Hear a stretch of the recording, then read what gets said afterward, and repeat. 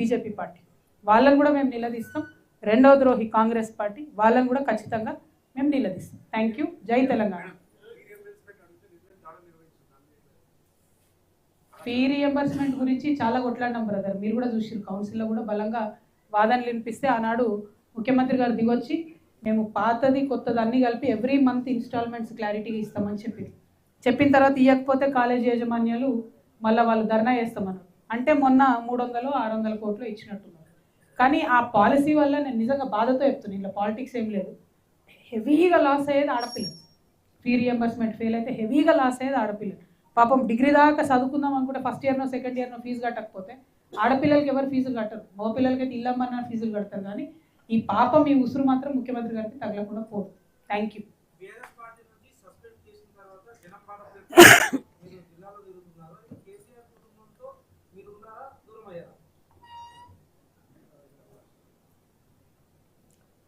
అంటే నన్ను కుటుంబం నుండి దూరం చేసినామని చెప్పి, దూరం చేయాలని చెప్పి చేసినటువంటి కుట్రలో భాగంగానే నన్ను బీఆర్ఎస్ పార్టీ నుండి సస్పెండ్ చేయడం జరిగింది.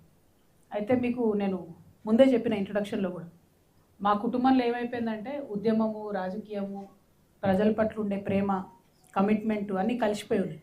సో రాజకీయం వేరు, కుటుంబం వేరు, పార్టీ వేరు, ఉద్యమం వేరు అని చూసే పరిస్థితి లేదు.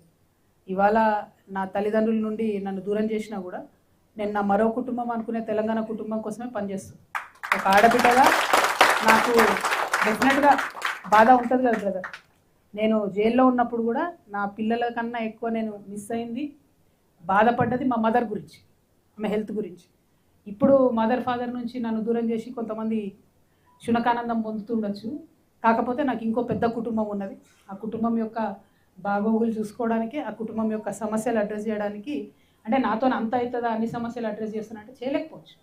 కానీ నేను అడుగుతా, బరాబర్ అడుగుతా, అడిగే కాడికి అడుగుతా, వీలైన కాడికి ఈ సమస్యలు సాల్వ్ చేయడానికి నా వంతు ప్రయత్నం నేను చేస్తాను. సో మరో కుటుంబాన్ని నేను తెలంగాణలో వెతుక్కుంటున్నా. మీరందరూ ఇంత పెద్ద కుటుంబం ఉన్నారు, టెన్షన్ పడేదేం లేదు. బాధ ఖచ్చితంగా అవుతుంది, కానీ అంతకన్నా ఎక్కువ ధైర్యంతో ముందుకెళ్దామని డిసైడ్ చేస్తాను. Thank you. జై తెలంగాణ, జై జాగృతి.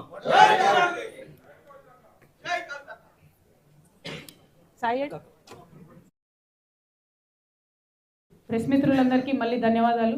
మా జాగృతి కామారెడ్డి